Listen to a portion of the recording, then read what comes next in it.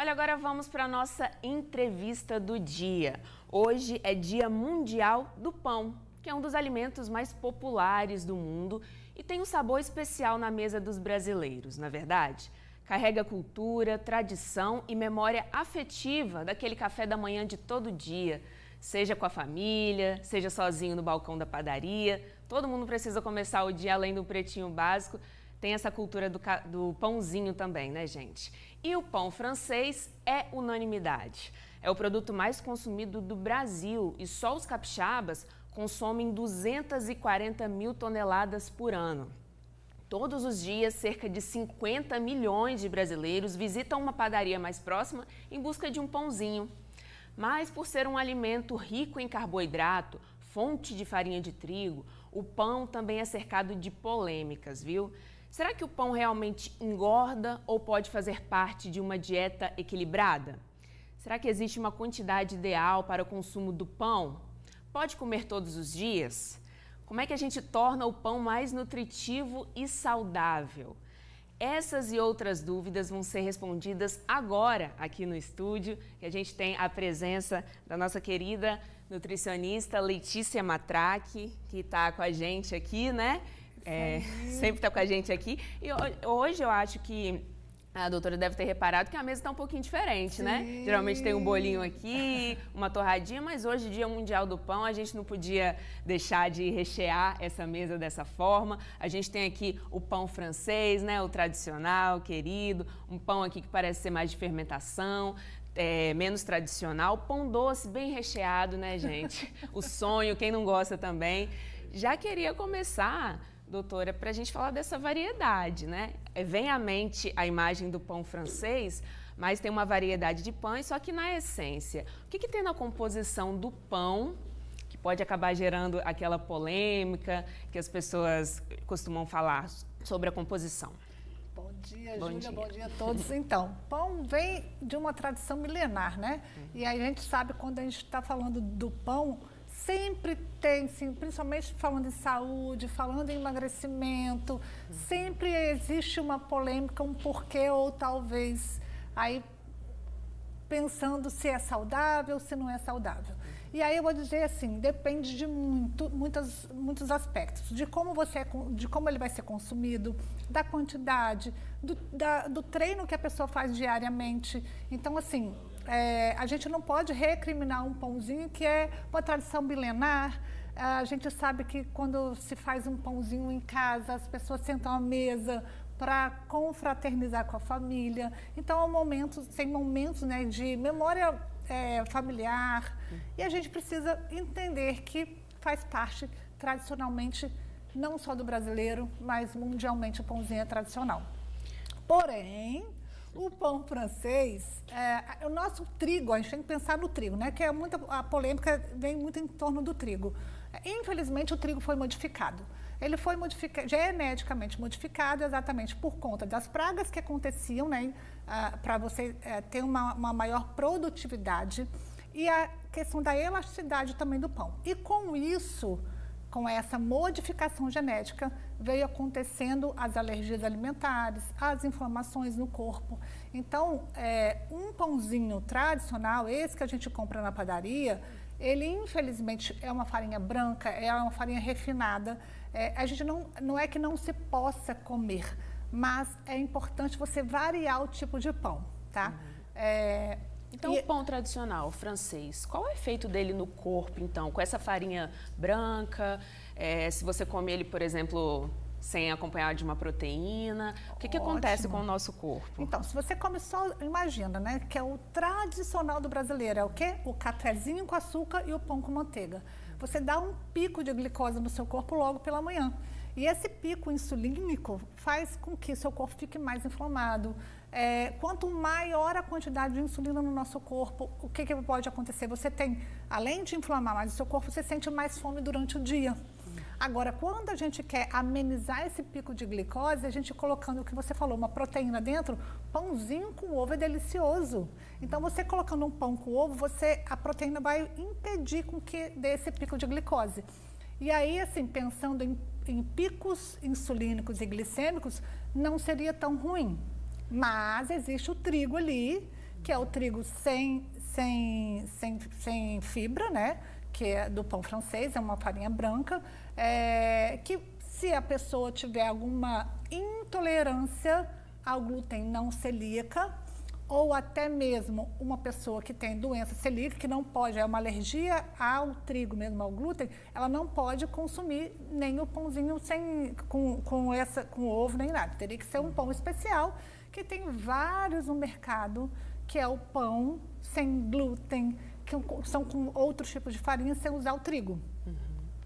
A farinha de trigo branco, então, acaba sendo esse problema, né? Esse grande vilão do consumo excessivo, né? Exatamente. Seria então ideal buscar alternativas, né? Que alternativas seriam essas? Então, pão de fermentação natural, ele demora mais o processo dele de fermentação, então a digestibilidade do trigo é muito melhor. E hoje em dia a gente tem várias padarias artesanais no Brasil, aqui mesmo na Grande Vitória a gente consegue encontrar vários tipos de padaria, e normalmente esses pães de fermentação natural, eles não dão essa intolerância e eles têm menos ingredientes.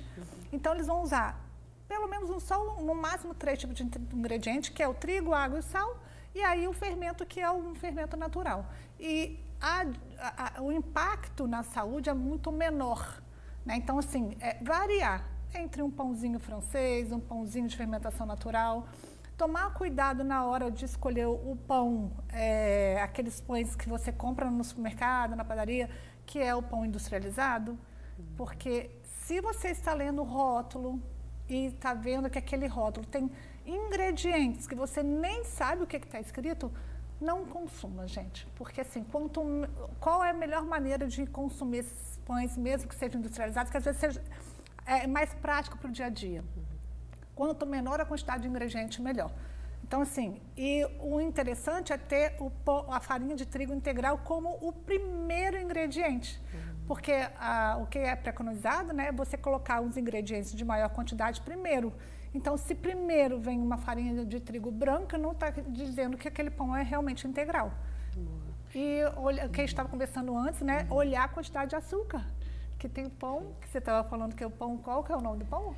O pão, tem o pão integral, né? Tem não, que é mais moreninho. Ah, tá. Existe pão até que é colorido, né? Pode ser colorido com xarope, as pessoas podem achar que é pão integral, mas não é, né? Muita gente cai nessa cilada, né? Exatamente. Então, ler o rótulo, observar ali os ingredientes, priorizar a farinha como ingrediente principal, né? Agora, doutora, existe quantidade certa para a gente comer? Pode comer nas refeições principais, café da manhã, café da tarde? Como é que fica essa questão da quantidade de ingestão de pão? Ótima pergunta, Júlia. Tem muita gente que não tem tempo para sentar e almoçar, e aí vai pedir algum sanduíche, né?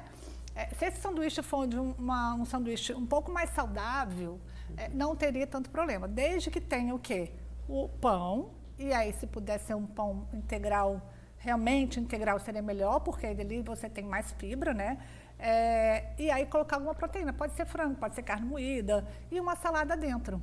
Eu gosto muito de colocar no pão guacamole, abacate, e aí colocar uma proteína junto e uma salada, fica delicioso. Ou até mesmo amassar o abacate e colocar ali no pão com ovo, também fica muito bom. Então sempre assim, um pãozinho com uma proteína, e se puder colocar uma salada, fica tranquilo para você substituir uma refeição.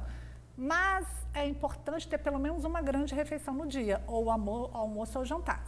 Isso é muito comum as pessoas querendo substituir à noite, por não ter hábito de jantar.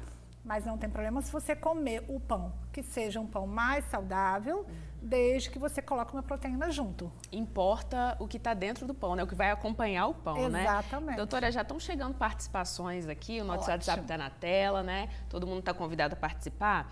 A Jussara Dias de Viana, ela pergunta assim: pão de sal é minha paixão, eu não gostaria de abrir mão dele, mas para não ser tão prejudicial, quantos eu posso comer por dia, né? Que é isso que a gente estava conversando aqui, né? Então, tomar um pouquinho de cuidado, né? Com essa questão da frequência, né? Não dá para eu falar quantos ela pode consumir por dia, porque eu não sei a rotina dela, não sei peso, não sei altura, não sei se ela tem alguma alteração glicêmica, de triglicerídeo. O triglicerídeo é um tipo de colesterol que aumenta por conta do excesso de carboidrato e muitas das vezes é o excesso de pãozinho que faz aumentar esse triglicerídeo. Então não dá para eu falar quantos que ela pode consumir por dia. Mas pensa o seguinte, se você come um por dia, eu não sei quanto você come, tá? Mas se você come um por dia, tenta escolher na parte da manhã, e aí na parte da manhã colocar essa proteína não tem problema nenhum. Perfeito. E dá para incluir na dieta? Tem que tirar uma pessoa que quer reestruturar a alimentação. Geralmente a gente pensa assim, uma das primeiras coisas que eu vou tirar é o pão. Dá para ter uma alimentação balanceada e incluir o pão na dieta? Dá, desde que sejam, porque assim, quando a gente fala em reestruturar a alimentação, não sei se é pensando no emagrecimento ou mesmo por conta da saúde. Mas se for pensando em saúde, nas duas maneiras dá para a gente incluir o pão, desde que seja um pão mais saudável. Então, se a pessoa está num processo muito inflamatório, existem vários tipos de... O pão de fermentação natural, por causa da digestibilidade do glúten, que é melhor, né? Então, ele dá uma quebrada ali no glúten, então ele não faz com que o seu corpo fique muito inflamado. Então, super dá para você incluir pelo menos uma vez ao dia, desde que seja com alguma proteína, uma gordura boa. Até um pãozinho com azeite, uma proteína fica legal. Fazer tipo uma brusqueta também fica interessante. E para quem quer emagrecer, a gente só vai contabilizar isso tudo no meio da refeição, no valor calórico diário, junto com o valor que não é o mais importante, a caloria, né? Junto com a questão exatamente do carboidrato. A questão sempre do pão é também não só por causa do trigo. As pessoas ficam muito preocupadas por conta do carboidrato. Mesmo uma pessoa que faça uma alimentação voltada para o emagrecimento, tem que ter tem que ter uma quantidade de carboidrato. E essa fonte de carboidrato pode ser do pão, desde que esse pão seja mais saudável. Perfeito, porque é o excesso de caloria que acaba causando o ganho de peso, né? E aí que tem que dar uma segurada, né, doutora? É o excesso de caloria e o pico de glicose e de insulina. Perfeito. Mais perguntas aqui, olha. Ótimo. A Maria da Penha Costa, de Vila Velha, ela fala assim, minha filha tem 3 anos e ama pão. Para criança pode ser prejudicial? Não, desde que seja uma quantidade adequada para o dia. O que acontece, o pão é uma maneira muito fácil para os pais, já está prontinho ali e dá para a criança. Precisa oferecer outros nutrientes, fontes de carboidrato também. Ao invés de estar comendo sempre pão, coloca uma banana da terra, uma batata doce, um aipim, que é super saudável também. Mas é para estimular o paladar dessa criança com outras coisas, porque senão ela vai criar uma criança que vai se tornar um adulto com paladar infantil e não tendo essa palatabilidade para outros alimentos. Perfeito, né? Também ingerir mais raízes, né? Muito importante já começar desde cedo, né, doutora? Exatamente. Olha, o Silvio Souza, também de Vila Velha, fala assim, minha esposa está grávida e não abre mão de um pãozinho de sal diariamente. Tem algum problema? Levando em consideração, né, que as gestantes têm que ficar de olho aí na glicose, né? Tem que fazer esse controle. E as grávidas? Bom, vamos lá. Se ela... Aí eu teria que estar acompanhando essa gestante e, de uma maneira geral, vamos pensar de uma maneira geral, as gestantes de uma maneira geral, é o que você falou. A gente tem que focar na questão geral dessa gestante. Então, assim, não tem problema se ela consumir pelo menos um pãozinho por dia.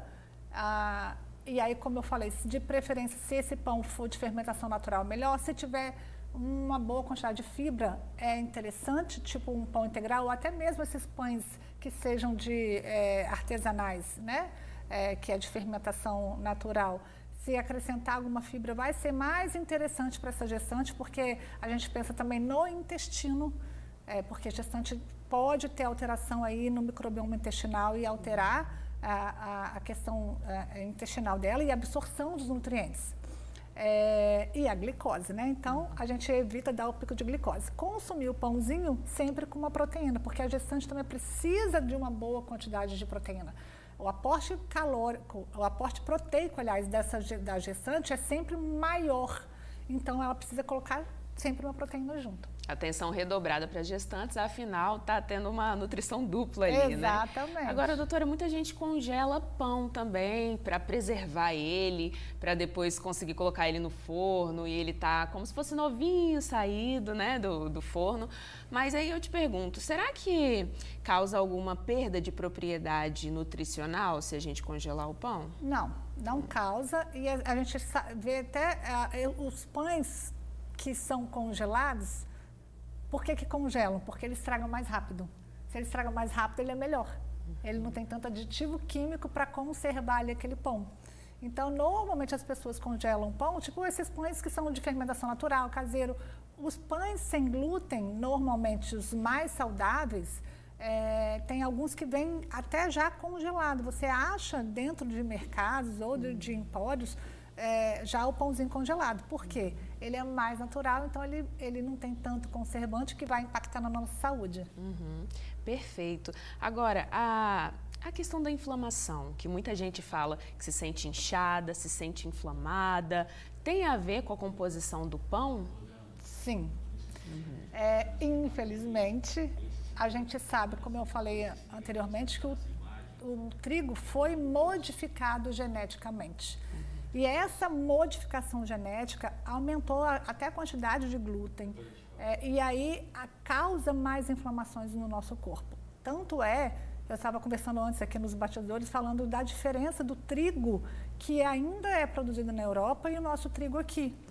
Alguns trigos que são produzidos na Europa, eles preservam ainda o cultivo antigo.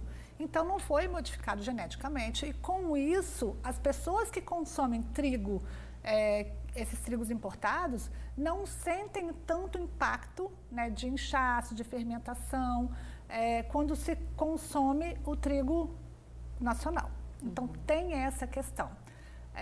Existem pessoas que são intolerantes ao trigo, a gente fala que é uma hipersensibilidade não celíaca, e aí essas pessoas, quando consomem trigo, pão, né, de trigo, vão sentir essa fermentação, esse inchaço. Às vezes a gente percebe, inclusive as pessoas não percebem esse sintoma porque tem muitos gases durante o dia inteiro e não sabe identificar se é por conta do pão que ela está comendo, mas quando a gente vai olhar exame de sangue, ferritina está baixo, vitaminas do complexo B estão baixas, então quando a gente retira o trigo, sem até mesmo às vezes suplementar, isso pode aumentar.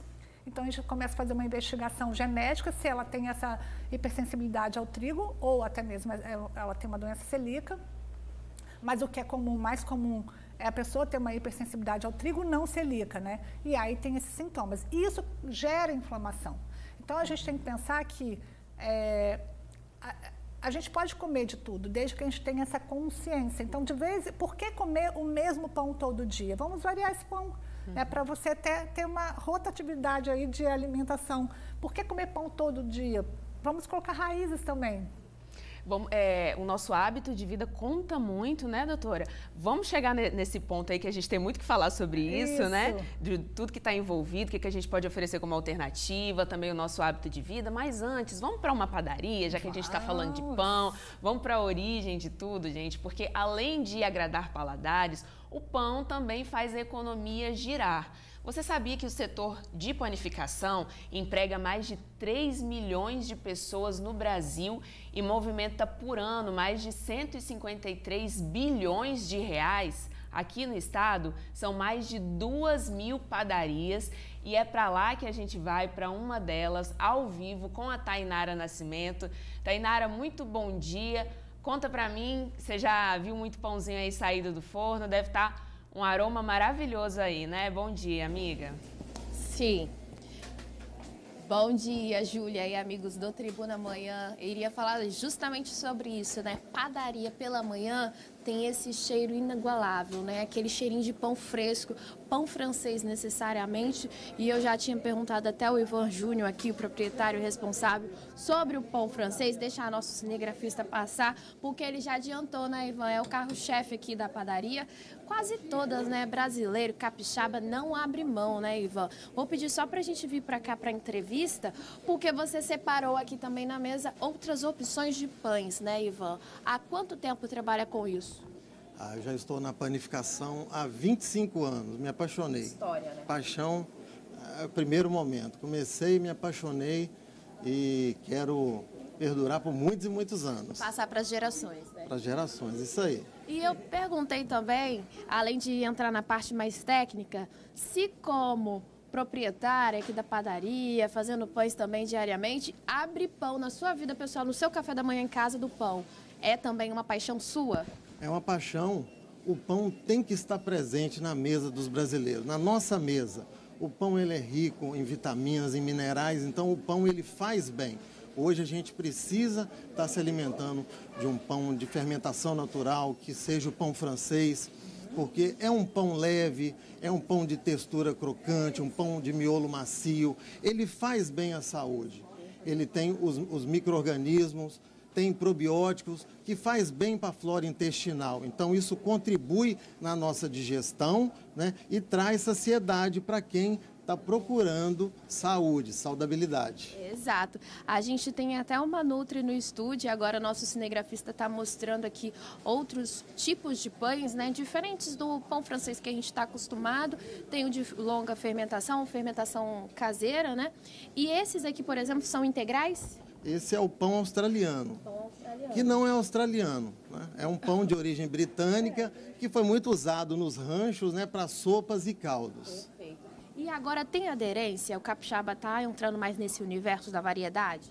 Tem. O capixaba ele está procurando esses pães porque ele está procurando saudabilidade. Então, o apelo está sendo grande. Então, assim, procure na sua padaria, na padaria do lado da sua casa, que você vai encontrar esse pão de fermentação natural. E o pão francês. Pão é na padaria. Perfeito. Agora, não deixe de ser ali, ó, nosso cinegrafista mostrando ainda, mesmo com a aderência do capixaba nesse universo do pão de fermentação natural, ou esse integral, ou o australiano, ainda segue ali, ó, o líder da vez é o francês.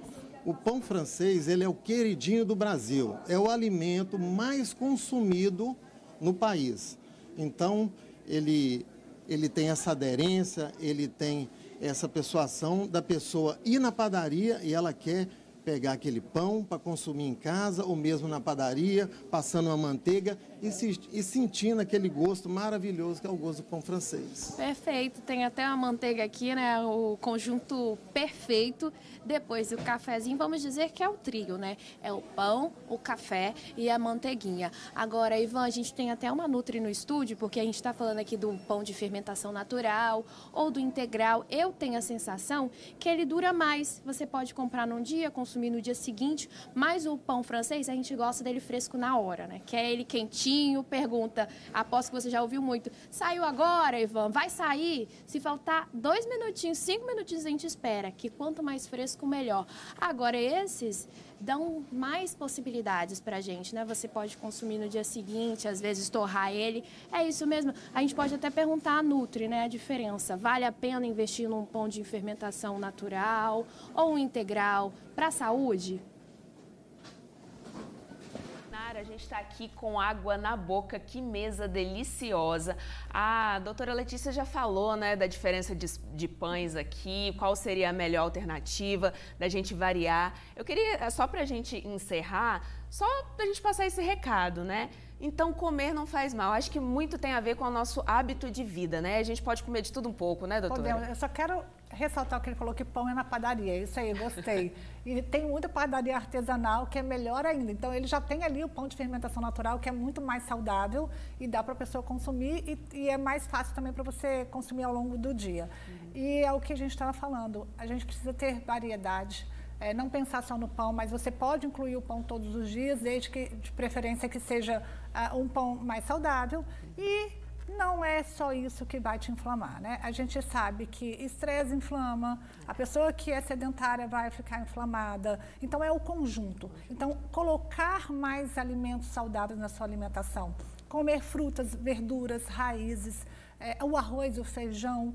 E não ficar preocupado com muita coisa. Perfeito, doutora. Muito obrigada. Esclarecido, então. No Dia Mundial do Pão, gente, vale comer esse pãozinho maravilhoso, tradição, mas sempre com muito equilíbrio. Olha, a gente agradece muito a sua companhia. A gente fica por aqui. Até mais.